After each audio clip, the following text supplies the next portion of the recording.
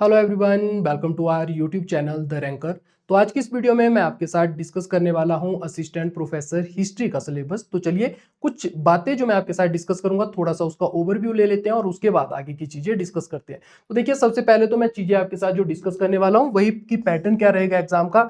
सबसे पहले तो आपको पता होगा कि आप अगर हिस्ट्री प्रोफेसर का एग्जाम देने वाले हैं तो उसमें आपको जनरल नॉलेज जो स्क्रीनिंग टेस्ट है पेपर 1 वो आपको देना पड़ेगा। इसमें आप देखोगे तो यहाँ पे आपको क्या देखने को मिलेगा कि यहाँ पे आपके जनरल नॉलेज ऑफ हिमाचल प्रदेश रहने वाला है।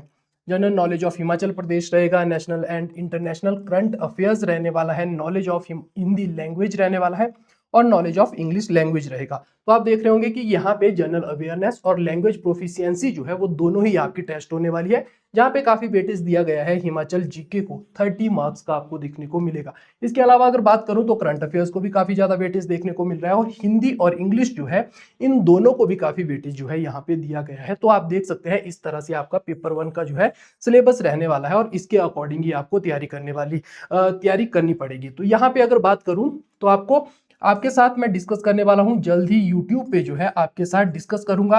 हिमाचल प्रदेश जनरल नॉलेज पूरा का पूरा आपको करवाया जाएगा एमसीक्यूज के माध्यम से, और जो एक्सप्लेनेशन हो सकती है, जो थ्योरीज या कॉन्सेप्ट आपके क्लियर करवाने होंगे, वो सारी चीजें मैं यहाँ पे डिस्कस करूंगा। इसके लिए जल्द ही आपके लिए क्लास अपलोड हो जाएगी।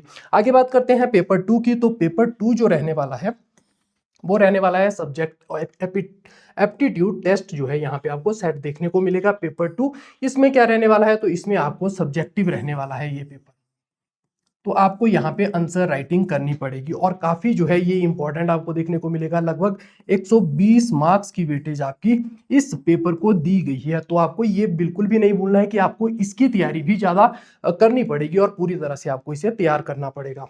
तो यहाँ पे अगर बात करूं तो मैं जल्द ही आपके लिए 100 जो क्वेश्चन है उनकी एक सीरीज लाने वाला हूं, जिसमें मैं आपके साथ कैसे आंसर राइटिंग करते हैं, कैसे जो है स्ट्रक्चर होता है आपके जो कोर्स है या आपका जो सिलेबस है, उसमें बोला गया है कि पॉलिटिकल जो स्टैंडर्ड था उस समय का, या जो हिस्ट्री के जैसे आपने जो जो सिलेबस में यूनिट्स देखे होंगे तो उसमें आपको पता चला होगा कि ज्यादातर आपका पॉलिटिकल स्ट्रक्चर, एडमिनिस्ट्रेटिव स्ट्रक्चर, वो सारी चीजें आपसे पूछी है। तो वो मैं इन 100 जो एमसीक्यूज रहेंगे उनके माध्यम से आपके साथ डिस्कस करने वाला हूं कि कैसे जो है हिस्ट्री में एक बढ़िया क्वेश्चन लिखा जाता है। इसके बाद अगर बात करूं तो यहाँ पे एक डाउट, सिलेबस पर बढ़ने से पहले एक डाउट जो है आपका क्लियर करना चाहूंगा, जो सबके मन में और काफी ज्यादा जो है डर इस समय बना हुआ है, जो असिस्टेंट प्रोफेसर की तैयारी कर रहे हैं स्टूडेंट उनके मन में। तो क्या है डाउट कि क्या सभी जो असिस्टेंट प्रोफेसर बनने वाले हैं, क्या सारे के सारे एचपीएस और अदर स्टेट के या जो यूपीएससी की तैयारी कर रहे हैं, क्या वही स्टूडेंट जो है असिस्टेंट प्रोफेसर बनने वाले हैं?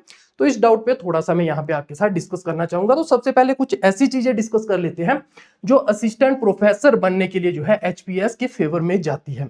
तो क्या है सबसे पहली चीज रहने वाली है कि उनकी राइटिंग स्किल या लेखन शैली जो है वो काफी ज्यादा बेहतर आपको देखने को मिलेगी। उनके पास क्या है, तो उनको बेहतर इंट्रो लिखना आता है। इसके अलावा अगर बात करूं तो उनको जो है किस तरह से क्वेश्चन की बॉडी लिखी जाती है, किस तरह से कौन कौन सी चीजें उसमें फिट हो सकती है, कैसे वो चीजें कर सकते हैं, वो उन्हें अच्छे से आता है। इसके अलावा वो बेहतर कंक्लूजन लिख पाते हैं।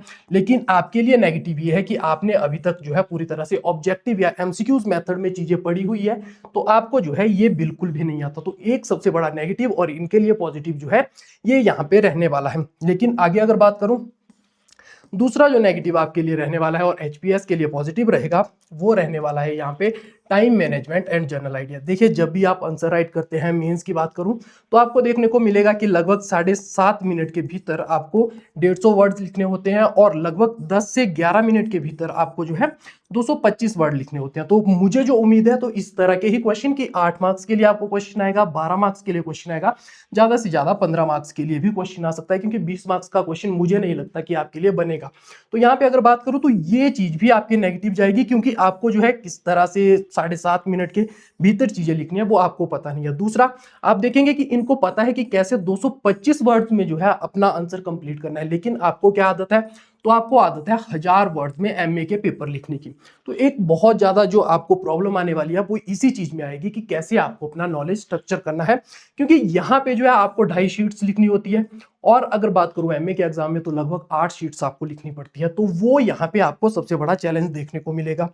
इसके अलावा अगर बात करूं तो तीसरा जो चैलेंज आपके लिए रहने वाला है वो ये कि इनका जो है, जो हिस्ट्री ऑप्शनल के बच्चे होंगे उनका प्रिपेयर्ड ऑप्शनल रहने वाला है, उनका वैकल्पिक विषय जो है वो तैयार होगा पूरी तरह से। क्यों? क्योंकि देखिए जो असिस्टेंट प्रोफेसर का जो आपका कंपटीशन है वो लगभग एक बार तो कम से कम मेंस दे ही चुका होगा। तो जब एक बार मेंस दिया है तो कम से कम उसने जो है ज्यादा नहीं तो अपने सिलेबस में या अपने सब्जेक्ट के 500 से ज्यादा क्वेश्चन तो उसने लिखे ही होंगे। इसके अलावा अगर मैं जीएस में बात करूं तो 500 के आसपास वो बच्चा वैसे भी पहुंच जाता है कि उसने जीएस के जीएस 1, 2, 3 में जो है उसने आंसर राइटिंग किया, तो इसके माध्यम से भी वो 500 लगभग 1000 क्वेश्चन वो आंसर राइट कर चुका है।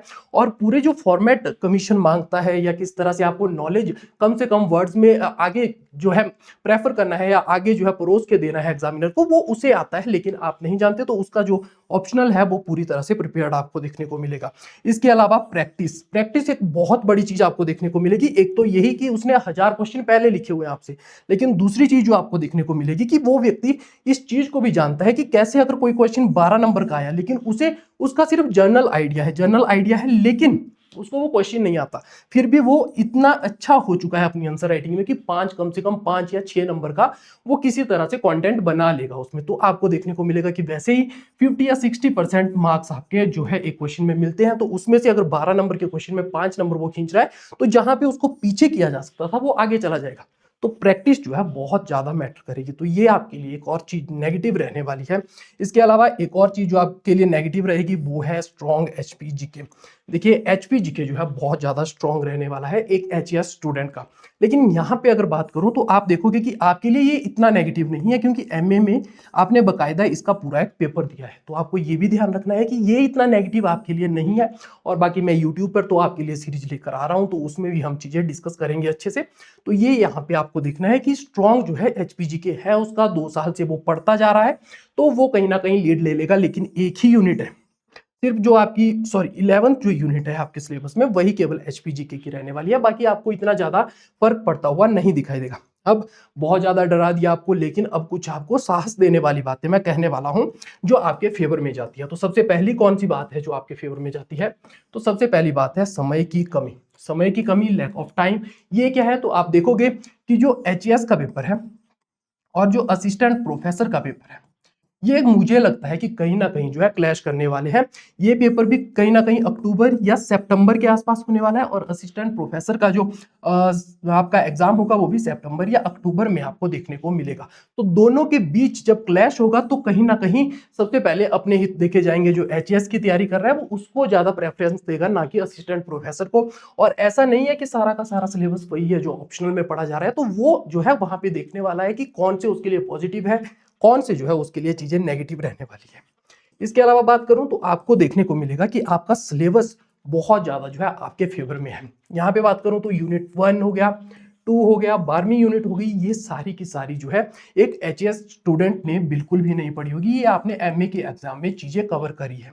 इसके अलावा बात करूं तो आप देखोगे पोस्ट इंडिपेंडेंस, वो भी जो है एक एचएस स्टूडेंट ने नहीं पढ़ा है उतने अच्छे तरीके से। तो ये चीज आपको यहाँ पे देखने को मिलेगा कि उसके बाद की इंडिया, यानी कि जो स्वतंत्रता के बाद का भारत है वो किस तरह से उसकी हिस्ट्री है, तो वो भी एचएस स्टूडेंट ने उतने अच्छे से नहीं पढ़ा होगा।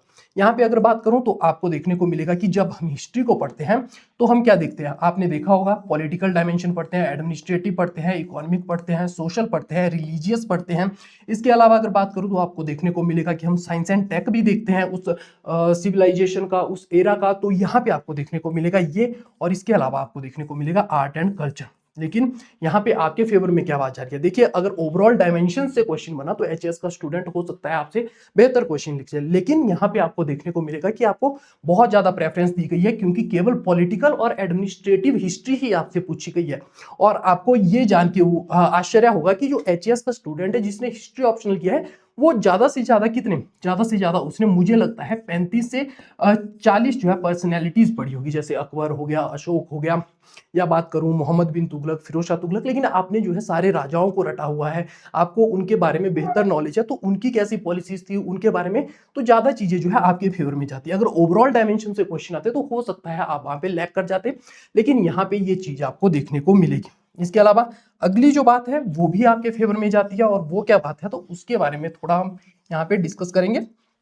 तो यहाँ पे बात करूं तो एलिजिबिलिटी क्राइटेरिया, योग्यता मानदंड जो है वो क्या है, तो यहाँ पे आपको देखने को मिलेगा कि आपके लिए जो है, जो असिस्टेंट प्रोफेसर का एग्जाम दे रहा है उसको या तो भाई नेट क्लियर होना चाहिए, या उसके द्वारा सेट क्लियर होना चाहिए, या उसने जो है पीएचडी कर रखी हो, तो उसकी पीएचडी कंप्लीट होनी चाहिए ये चीज। तो आप देखोगे कि हिस्ट्री ऑप्शनल के बच्चे मेंस में जो बैठते हैं वो कितने बैठते हैं, अगर 500 बच्चा या 550 बच्चा जो है हर साल मेंस देता है, तो उसके अकॉर्डिंग मान के चलिए कि कितने 40 से 45 बच्चे ऐसे होंगे जो हिस्ट्री में मेंस देते हैं। तो इसमें से अगर आप देखोगे तो कितने बच्चे ऐसे होंगे जो क्या करेंगे, हिस्ट्री ऑप्शनल को बेहतर तरीके से, जिनके पास ये वाला क्राइटेरिया होने वाला है नेट सेट और पीएचडी का। तो हार्डली मुझे लगता है कि 15 बच्चे, वो भी मैं बहुत ज्यादा बोल रहा हूँ, लेकिन इतना मुझे लगता है कि 15 बच्चे बहुत ज्यादा आपको देखने को मिलेंगे, बहुत से बहुत जो है मैक्सिमम टू मैक्सिमम जो देखने को मिलेंगे 15 से ऊपर नहीं होंगे। अगर यहाँ से एक आधी पोस्ट या 2 पोस्ट चली भी जाती है, हालांकि वहां पे आप देखोगे कि लैंग्वेज बैरियर भी है, हिंदी इंग्लिश बहुत सारी चीजें हैं, तो कहाँ पे कौन सा व्यक्ति रोक लिया जाए वो आप भी नहीं जानते। लेकिन ये चीज आपको ध्यान रखनी है कि एलिजिबिलिटी क्राइटेरिया भी आपको देखना पड़ेगा। तो एचएस के स्टूडेंट यहाँ भी बहुत सारे बाहर हो जाएंगे। उसके अलावा अगर बात करूं तो एक और चीज आपको देखने को मिलेगी,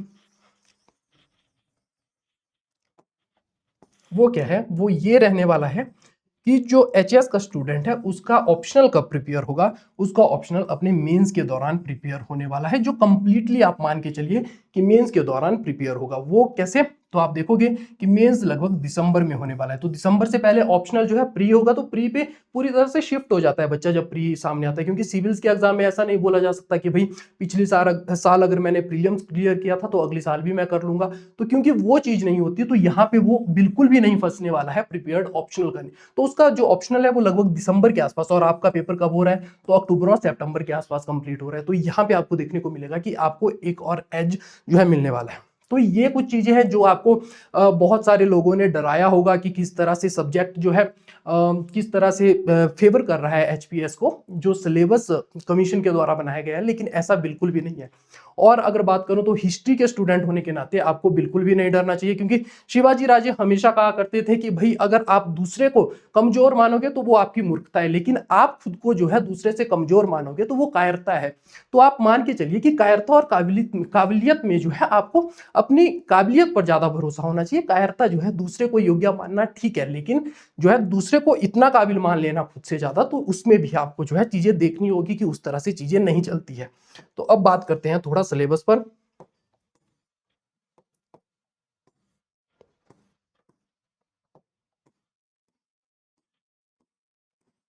तो यहाँ पे सिलेबस आपका जो है डिस्कस करूंगा। सिलेबस जो रहने वाला है, पहला यूनिट, तो पहला यूनिट क्या है, इसमें आपको देखने को मिलेगा negotiating the sources and the ancient civilisation. तो इसमें आपको आर्कियोलॉजिकल सोर्सेज देखने को मिलेंगे, लिटरेरी सोर्सेज हमें पढ़ने होंगे, और इसके अलावा कुछ फॉरेन अकाउंट्स भी पढ़ने पड़ेंगे, ग्रीक, चाइनीज और अरेबिक के। इसके अलावा बात की जाए तो आपको जो है एंशिएंट सिविलाइजेशन पढ़नी पड़ेगी, जो कि एचएस स्टूडेंट ने नहीं पढ़ी होती है, हड़प्पन सिविलाइजेशन ही पढ़ी होगी सिर्फ। इसके अलावा अगर बात करूं तो आपको देखने को मिलेगा इजिप्शियन सिविलाइजेशन उसके द्वारा नहीं पढ़ी गई होगी, उसको अलग से पढ़ना पड़ेगा। आगे बात करूं तो यहाँ पे आपको रोमन सिविलाइजेशन देखने को मिलेगी, फिर इसके अलावा ग्रीक सिविलाइजेशन आपको देखने को मिल रहा है, चाइनीज सिविलाइजेशन आप आगे देखोगे कि वो भी जो है आपको डिस्कस करने पड़ेगा, और उनपे भी आपकी जो है अच्छी कमांड होनी चाहिए। तो यहाँ पे जो है the emergence of civilisation in China, cultural development during the Shang dynasty, cultural progress under the Zhou and Han dynasty, तो ये आपको यहाँ पे देखने को मिलेगा। इसके अलावा कैसे जो है बुद्धिस्ट आर्ट और बुद्धिज्म जो है वहां पर प्रमोट हुआ, तो वो सारी चीजें आपको वहां पर देखने को मिलेगी। दूसरी यूनिट अगर बात करूं तो यहाँ पे आपको देखने को मिलेगा, ये यूनिट भी आपके फेवर में जाती है और आपने जो है बहुत अच्छे से ये एमए के दौरान पढ़ी होगी। तो यहाँ पे बात करो तो यहाँ पे जो है आपको देखने को मिलेंगे कि जियोग्राफिकल फैक्टर्स क्या है, जब इंडियन सब कॉन्टिनेंट जो है वहां पर आपको देखने को मिलेगा कि ह्यूमन सेटलमेंट हुई, तो उसके लिए आपको देखने को मिलेगा कि उसके फैक्टर्स यहाँ पे पूछे गए हैं। इसके अलावा आपसे और क्या चीजें पूछी गई है, तो जो आर्कियोलॉजिकल साइट्स है वो आपसे पूछी गई है, यहाँ पे आर्कियोलॉजिकल साइट्स जो प्रिंसिपल है वो यहाँ पे पूछी गई है। इसके अलावा पॉटरी आपसे पूछी गई है, वो आपको ध्यान रखना है, उसका ट्रेडिशन पूछा गया है, न्यूमिस्मेटिक्स पूछे गए हैं, कॉइन्स की स्टडी आपसे पूछी गई है। तो ये दूसरी यूनिट में आपको देखने को मिलेगा यहाँ पे। इसके अलावा कुछ जो है एपिग्राफी पे आपसे क्वेश्चन बन सकते हैं, तो उसका सिलेबस आपको आगे दे रखा है। तो ये सारे आपने पढ़ रखे होते हैं और बहुत ही अच्छा कंटेंट जो है आपके पास होता है, हर एक चीज की जो है आपको जानकारी काफी बेहतर होती है। तो आप कहीं ना कहीं अगर एक साइड से प्रैक्टिस अच्छी कर लोगे आप अपनी आंसर राइटिंग पर, तो आप कहीं ना कहीं एक एचएएस स्टूडेंट से ज्यादा न केवल बेहतर कंटेंट दे पाएंगे, बल्कि जो क्वालिटी एक एग्जामिनर आपसे जो है उम्मीद रख रहा होगा वो भी आप काफी अच्छे से डिलीवर कर पाएंगे। इसके अलावा जो एज आपको देता है वो अगली यूनिट रहने वाली है, वो क्या है, history of India and political structure. तो यहाँ पे आपको जो है पॉलिटिकल स्ट्रक्चर पूछा जा रहा है। तो पॉलिटिकल स्ट्रक्चर किसका, तो यहाँ से 320 बीसी से लेकर 750 एडी तक, जिसमें मौर्यज आपको देखने को मिलेंगे, शुंग, कानव, इंडो ग्रीक्स, तो जितने भी आपको देखने को मिलेंगे 750 एडी तक, तो उन सारे की जो है पॉलिटिकल हिस्ट्री केवल हमसे पूछा गया है, कोई और डायमेंशन नहीं पूछा गया है। इसके अलावा क्या जी, तो यहाँ पे आपको ये देखने को मिल रहा है। इसके अलावा अगर मैं बात करूं तो आपको आगे देखने को मिलेगा हिस्ट्री ऑफ इंडिया। तो यहाँ पे जो ये भी पॉलिटिकल हिस्ट्री रहेगी 750 से लेकर 1200 एडी तक, जिसमें गुर्जरा प्रतिहारा के बारे में पढ़ेंगे, पालास के बारे में पढ़ेंगे, राष्ट्रकूटों के बारे में पढ़ेंगे, परमार्स के बारे में पढ़ेंगे, चालुक्य, चंदेल, ये सारे आपने पढ़ रखे हैं, तो ये भी आपको देखने को मिलेगा। Political concept and institutional structure यहाँ पे पूछा गया, तो यहाँ पे भी पॉलिटिकल स्ट्रक्चर ही पूछा जा रहा है। एंशियंट इंडियन पॉलिटी पूछा जा रहा है, जिसमें आप देखोगे वैदिक पॉलिटी है। इसके अलावा अगर बात की जाए तो आपको पोस्ट वैदिक पॉलिटी देखने को मिल रही है, मॉडर्न एडमिनिस्ट्रेशन आपको देखने को मिल रहा है। तो बहुत सारी चीजें आप यहाँ पे देखोगे, self government in Chola administration, तो ये आपने सारी चीजें जो है पढ़ रखी है। बस आपको जरूरत है तो कैसे पॉलिटी का स्ट्रक्चर होता है, पॉलिटी का क्वेश्चन जब आप लिखते हैं कहाँ पे किस तरह से चीजें आपकी जो है फ्रेम की जा सकती है क्वेश्चन में, वो सीखने की जरूरत है। तो वो आपको यहाँ पे जो है देखने को मिलेगा कि किस तरह से, इतना भी आप पीछे नहीं है जितना आपको बताया जा रहा है कि आप एक एचएस स्टूडेंट से पीछे है, उतना भी आप पीछे नहीं है। और आप जो है कहीं ना कहीं आपको ज्यादा एज जो है कमीशन के द्वारा दिया गया है इस सिलेबस में।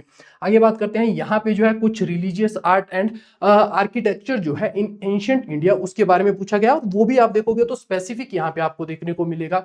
यहाँ पे थोड़ा सा रिलीजन के बारे में पूछा गया है। इसके अलावा जो है इंडियन रिलीजियस सारी चीजें यहाँ पे पोस्ट वैदिक और जो है वैदिक एज का पूछा गया है। उसके बाद बुद्धिज्म, जैनिज्म आपको देखने को मिलेगा, शैविज्म, वैष्णविज्म और शक्तिज्म जो है आपसे पूछा गया है। तो इस तरह की चीजें पूछी गई है। टेम्पल आर्ट, आर्किटेक्चर आपसे पूछा गया है। और लास्ट में अगर बात करूं तो जो पेंटिंग्स है उनके बारे में पूछा गया है, और वो भी स्पेशल रेफरेंस किसको दिया गया है, अजंता को दिया गया है। तो ये सारी चीजें आपने पढ़ रखी है।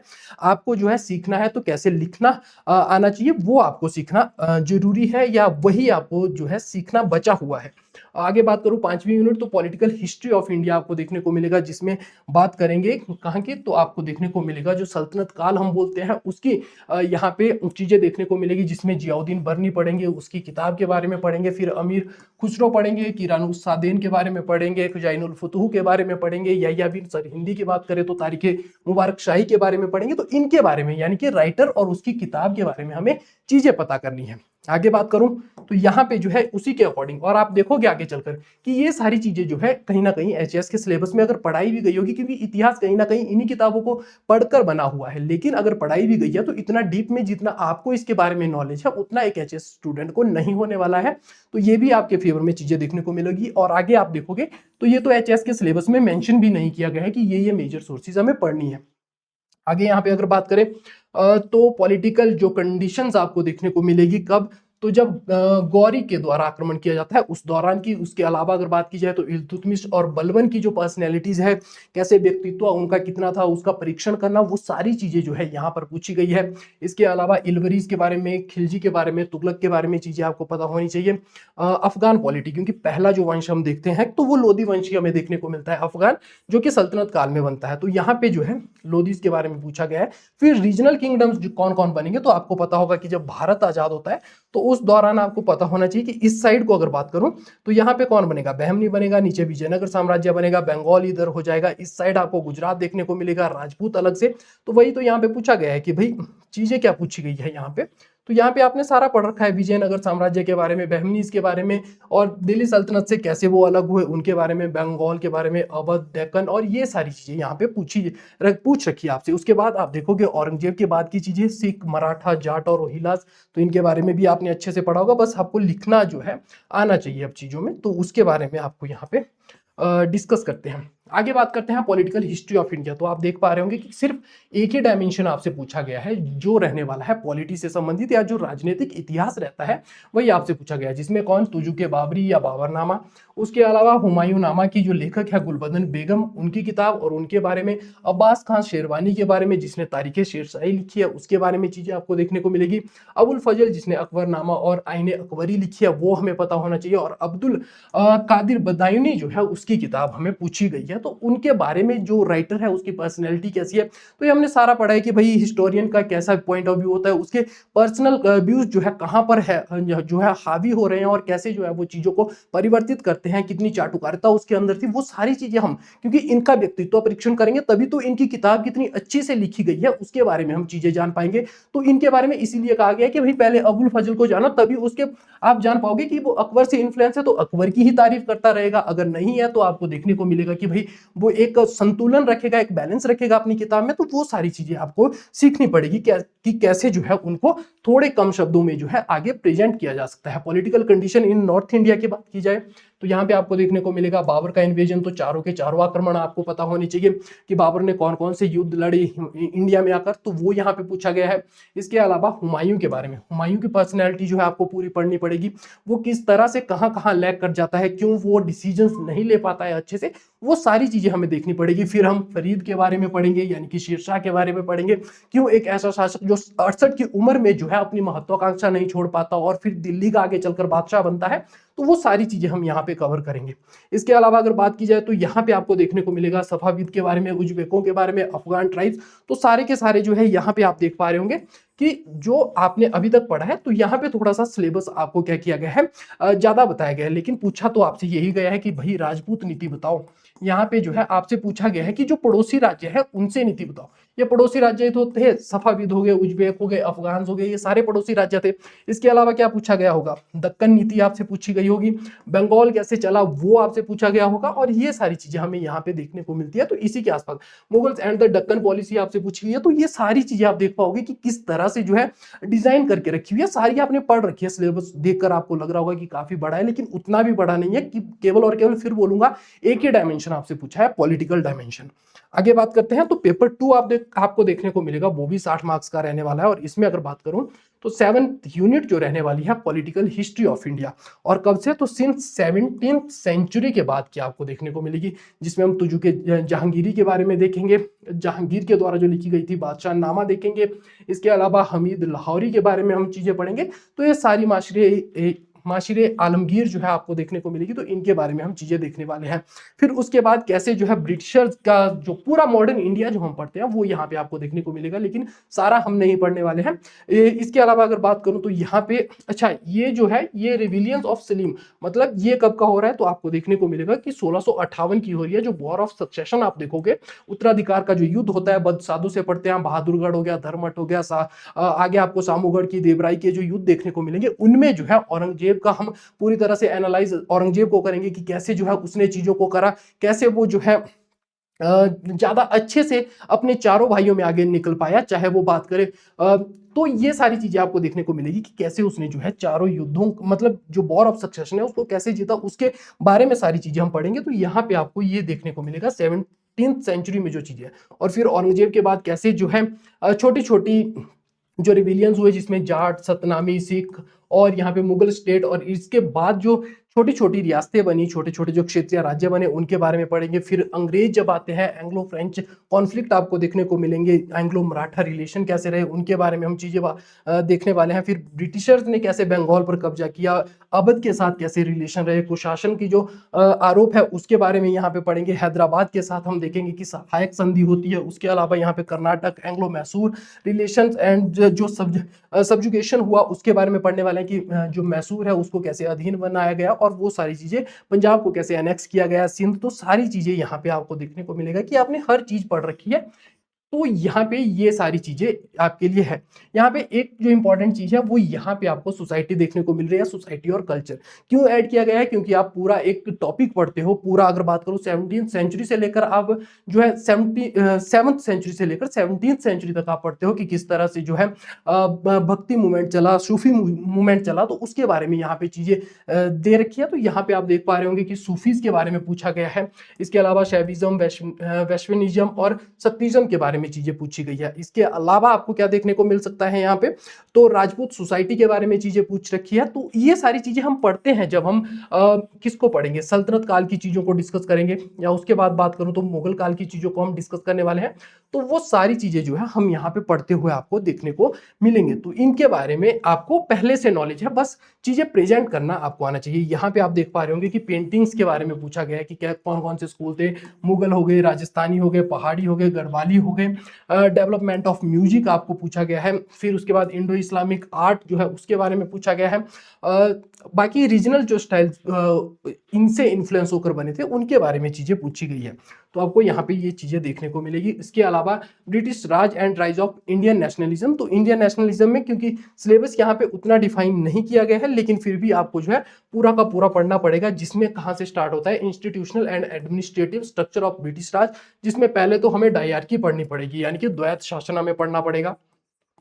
उसके बारे में चीजें यहाँ पे लिखी गई है 65 से लेकर 72 के बीच में। आगे बात करूँ तो पॉलिटिकल कंट्रोल कैसे जो है कंपनी के ऊपर आया, 1773 का एक्ट पढ़ना पड़ेगा, 1784 का, फिर उसके बाद के चार्टर आपको पढ़ने पड़ेंगे, फिर 1858 का एक्ट पढ़ना पड़ेगा, 1861 का एक्ट पढ़ना पड़ेगा और 1919 का एक्ट पढ़ना पड़ेगा। लेकिन यहाँ पे जो रह गया 1892 का, उसको भी देखेंगे क्योंकि काफी ज्यादा यहाँ पे आप देखोगे कि चीजें जो है बताई गई है कि एक्ट्स कितने इंपॉर्टेंट है, तो उनके बारे में आपको पता होना चाहिए। 1935 का एक्ट अपने आप में ही जो है एक पूरा टॉपिक है, वो पढ़ना पड़ेगा, और 47 का एक्ट भी आपको पढ़ना पड़ेगा। तो ये चीजें यहाँ पे आपको कंप्लीट तरीके से जो है स्टडी करनी पड़ेंगी। आगे बात करें तो राइज ऑफ इंडियन नेशनलिज्म, जिसमें रिवोल्ट से बातें होती है, तो रिवोल्ट के बाद की जितनी भी चीजें हम देखते हैं वो सारी हमें पढ़नी पड़ेगी। हम जो है कहाँ कहाँ, तो हम इसमें रिवोल्ट देखने वाले हैं। इसके अलावा क्या देखने वाले हैं, तो आईएनसी के अंतर्गत जो 1885 से लेकर 1947 तक की जो अधिवेशन है उसमें कैसे जो है गर्म दल काम करता है, कैसे आपको नरम दल काम करता हुआ दिखाई देगा, और अगर बात करूं तो कैसे जो है गांधी एरा आता है, उसके बारे में सारी चीजें हम डिस्कस करने वाले हैं, वो भी यहाँ पे देखने को मिलेगा।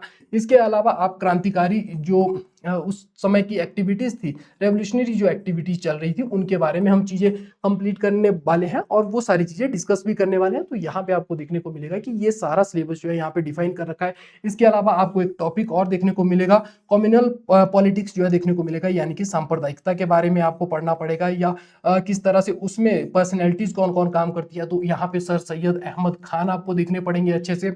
और बात करूं तो यहाँ पे मुस्लिम लीग देखनी पड़ेगी, जिसके कंट्रोल में फिर जिन्ना की जो है केस स्टडी आपको देखने को मिलेगी। तो वो सारी की किस तरह से उनका पर्सनैलिटी था और कैसे जो है उन्होंने भारत से चीजें अलग करी, कैसे एक अलग देश बना, वो आपको देखने को मिलेगा।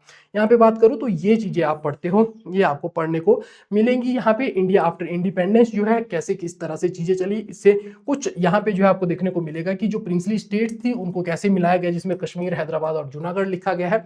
और उससे पहले की चीजें, क्रिप्स मिशन की बात करें, क्रिप्स प्रस्ताव की बात करें, क्विट इंडिया मूवमेंट की बात करें, कैबिनेट मिशन प्लान आपसे पूछा गया है, माउंटबेटन प्लान पूछा गया है, बी आर अम्बेडकर ने कैसे जो है कॉन्स्टिट्यूशन में हेल्प की, उसके फीचर क्या है, ब्यूरोक्रेसी के बारे में चीजें पूछी गई है, पंचशील पूछा गया है, इमरजेंसी पूछा गया है, इंदिरा गांधी का समय काल आपको पढ़ना पड़ेगा। और जो है यहाँ पे 1991 में जो एलपीजी की घटना होती है, लिबरलाइजेशन, प्राइवेटाइजेशन और ग्लोबलाइजेशन की, तो इंडियन इकोनॉमी में कैसे उसके इफेक्ट पड़े, पूरा एक टॉपिक आपको देखना पड़ेगा। तो इसमें से काफी ज्यादा चीजें आपने कवर कर रखी होगी, जो नहीं किया है वो आप सिलेबस के अकॉर्डिंग कवर यहाँ पे कर सकते हैं। नेक्स्ट बात करूं तो post independence history of India आपको यहाँ पर भी देखने को मिलेगा, जिसमें आपके लिए थोड़ा सा एक तो रिफ्यूजी प्रॉब्लम रहने वाला है सिलेबस में।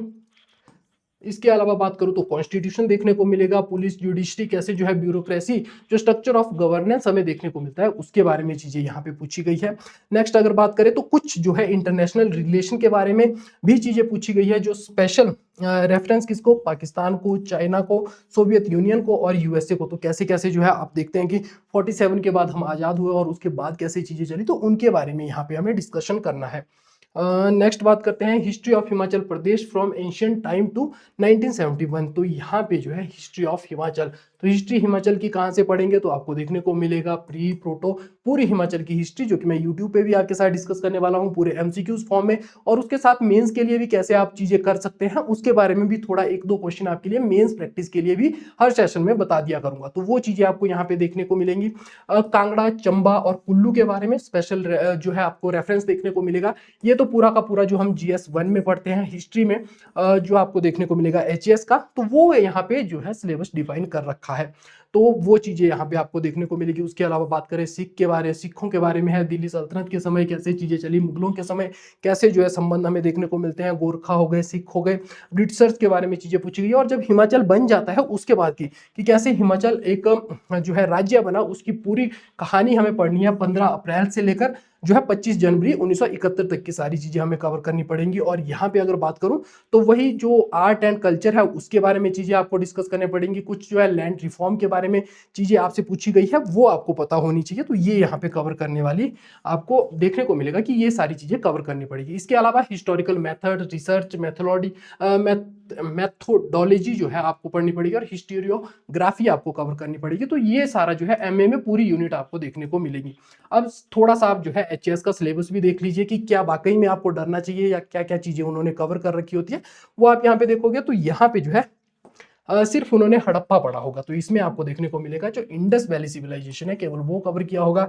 थोड़ा सा चालकोलिथिक कल्चर जो है उसके बारे में चीजें कवर की होगी। सोसाइटी एंड कल्चर जो है वेदास में, यानी कि पूरा वैदिक पीरियड जो 1500 से लेकर 600 तक है वो सारा पढ़ना पड़ता है यहाँ पे। इसके अलावा महावीर के बारे में, गौतम के बारे में, गौतम बुद्धा के बारे में, तो ये सारी चीजें यहाँ पर आपको देखने को मिलेगी। मौर्यन अंपायर में आप देखोगे अशोका की पॉलिसी ऑफ धम्मा जो आपको वहां भी देखने को मिलेगी, यहाँ भी होगी, तो वो थोड़ा सा आपको देखने को मिलेगा कि ये चीजें सेम है, लेकिन उतना नहीं जितना पॉलिटिकल स्ट्रक्चर आपने पढ़ा होगा उतना यहाँ पे नहीं पढ़ना पड़ता है। पॉलिटी एंड सोसाइटी देखिए, इनके लिए सोसाइटी अलग से है, रिलीजन एंड कल्चर आपको देखने को मिलेगा, urbanisation and trade, Sangam text and Tamil society आपको यहाँ पे देखने को मिलेगी। तो ये थोड़ा सा मतलब कहीं कहीं आपको देखने को मिलेगा कि हाँ एक तरह का सिलेबस है, लेकिन कहीं कहीं आप देखोगे कि आपका सिलेबस जो है आपके अकॉर्डिंग काफी अच्छे से सेट कर रखा है। तो यहाँ पे ये सारा सिलेबस आपको देखने को मिलेगा। इसके अलावा अगर बात करूँ पेपर 2 की, तो ये आपको देखने को मिल रहा है कि बाबर के बारे में, हुमायूं के बारे में, लेकिन सोर्सेज के बारे में पढ़ते जरूर है लेकिन पूरे रेफरेंस में नहीं पढ़ते। जैसे अगर बात करूँ तो हमने बोला था बदायूनी के बारे में हमें पढ़ना पड़ेगा, तो उसका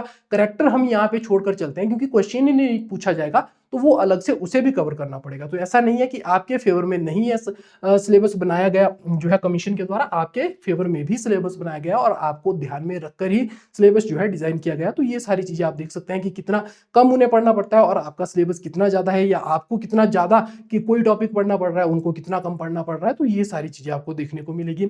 यहाँ पे वर्ल्ड हिस्ट्री है जो आपको नहीं पढ़ना पड़ती, तो इस तरह से जो है चीजें आपको देखने को मिलेंगी।